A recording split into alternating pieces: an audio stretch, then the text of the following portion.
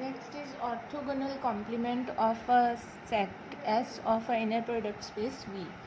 Suppose S is a set of vectors in an inner product space V. Then we define orthogonal complement of S. It is denoted by this symbol and it is read as S dual.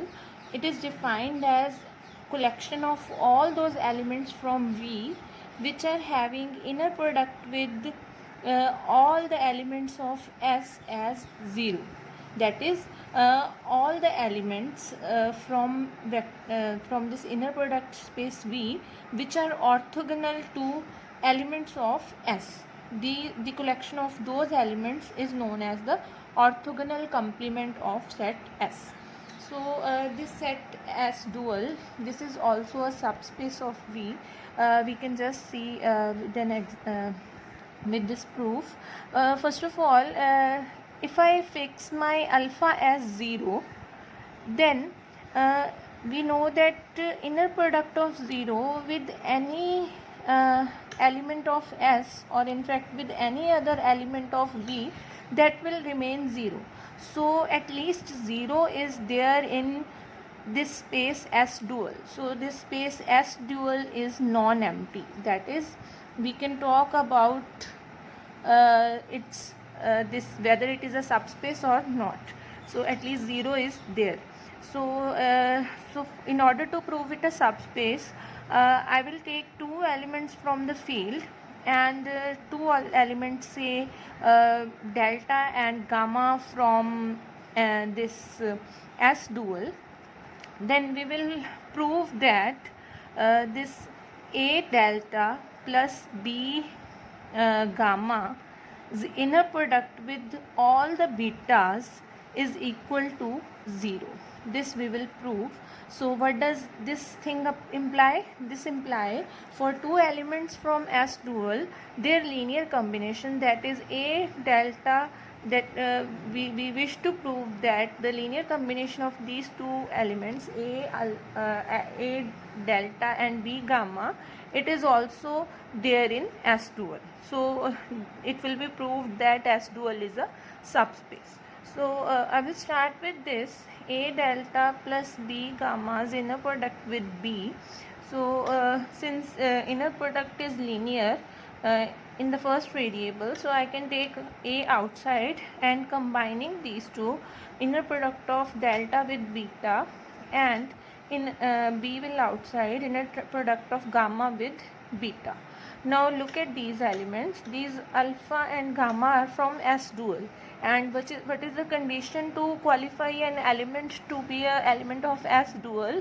The condition is that it should be orthogonal to all the elements of B. So this thing is implying that inner product of delta with beta, it is 0, and inner product of this gamma with beta is 0 for all the betas from S. So this thing is 0 as per definition of S dual, and this thing is also 0. So we are obtaining this inner product of A delta and plus B gamma with beta as 0 for all betas from S. This implies A delta plus B gamma is belonging to S dual, which implies S dual is a subspace.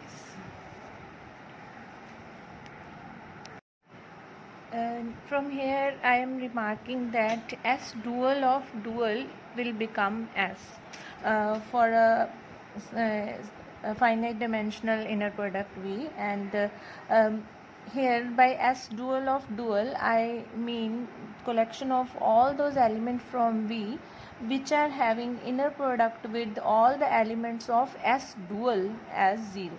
So this you can check at your end. This is always true.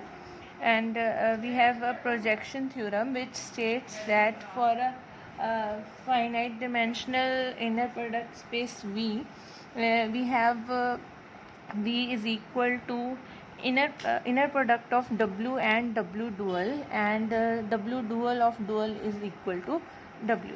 So for proving this V is equal to inner product of W and W dual, we will have to prove two things. First thing is we have to prove V is equal to W plus W dual, and another thing we need to prove is that these W and W dual, they are having nothing in common, or that is their intersection is empty set.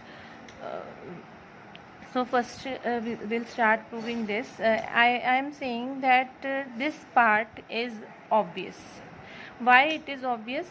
Because W is already a subset of V. W dual, where are the elements of W dual coming from? They are coming from V only, as per the definition of W dual.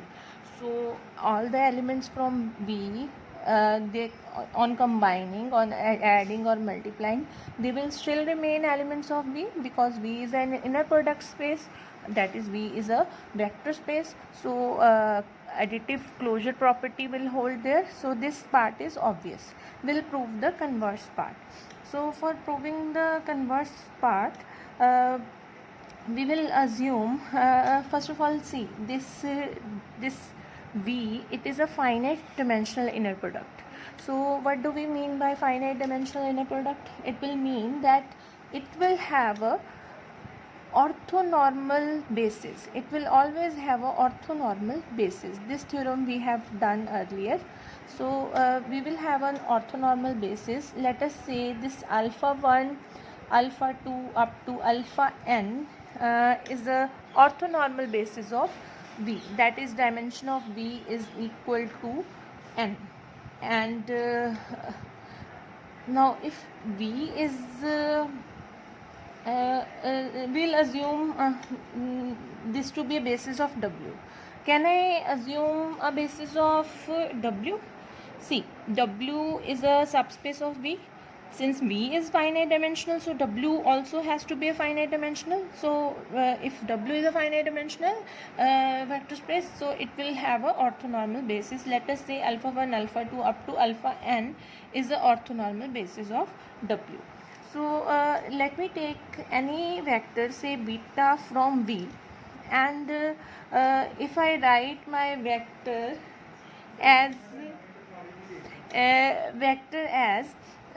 I'm considering as beta minus summation I from 1 to m, inner product of beta with alpha I into alpha I. Now observe this vector. We have earlier done a theorem, that is this vector gamma, it is orthogonal to each of alpha I. This we have already checked. You can check previous video for this, that gamma is orthogonal to each of alpha I. So if gamma is orthogonal to each of alpha I, so what is the definition of that dual space? Dual space contain those elements which are orthogonal to all the elements. So if gamma is orthogonal to all of Wi's, so it means gamma is belonging to W dual. Now gamma is in W dual, and observe this vector, gamma is in W dual. I am saying that this vector, this is in W. Why? Because look at this vector, this whatever this thing will come, it will come a scalar, and this is linear combination of alpha i's. This thing is linear combination of alpha i's with some scalars. These are scalars. And what is the linear combination of alpha i's? W is a subspace. Linear combination of its elements will again be an element of W. So this linear combination element, whatever it will become, it will obviously be in W. So now if I take this term on other side and write beta as gamma plus summation I from 1 to m, inner product of beta with alpha I into alpha I. Now this is in W, this is in W dual, this is in W dual, this is in W. So it implies beta is belonging to W plus W dual. Now what was beta? Beta was a random element from V. So it implies that V is contained in W plus W dual. Already W plus W dual is contained in V. Now we have obtained V is contained in W plus W dual. It implies V is equal to W plus W dual. So this part is done. Now we are to prove that intersection of W and W dual is 0. Now let us suppose alpha is an element from W, from this W intersection W dual. What does it imply? It implies alpha is in W as well as alpha is in W dual. Now alpha in W dual, what does it imply? It implies alpha is orthogonal to all elements of W. This is the definition of W dual. So it means alpha is orthogonal to alpha also, because alpha is from W. So it implies inner product of alpha with alpha is 0. Now recall the definition of inner product. Which element has inner product with itself as 0? That element is 0, only 0. So alpha has to be 0. It means this intersection is only a 0 vector. So next we will move on to second part of the theorem, which was we have to prove that W dual dual is equal to. We have already proved that V is equal to W intersection W dual. Now since W dual is also a subspace, therefore I am replacing this W with W dual everywhere. So see what would happen. This will become W dual direct sum with W dual dual. Now what does this show? This shows that V is direct sum of W dual and W dual dual. So already V is direct sum of W and W dual. So let us apply the dimension theorem. What does dimension theorem says? Now we have also shown that intersection is 0. So dimension theorem implies dimension of, here I am applying dimension theorem, dimension of W plus dimension of W dual. And now apply dimension theorem over here. So this will imply dimension of V is equal to dimension of W dual plus dimension of W dual dual. So if I equate these two equations, so what we will obtain? These two sides are equal, these two sides will also be equal, cancel these two sides. So we will obtain dimension of W is equal to dimension of W dual dual. So and now I am saying that we will prove W is contained in W dual dual. So W dual dual is already contained in W. Okay, so for proving this, let me take an alpha from W. If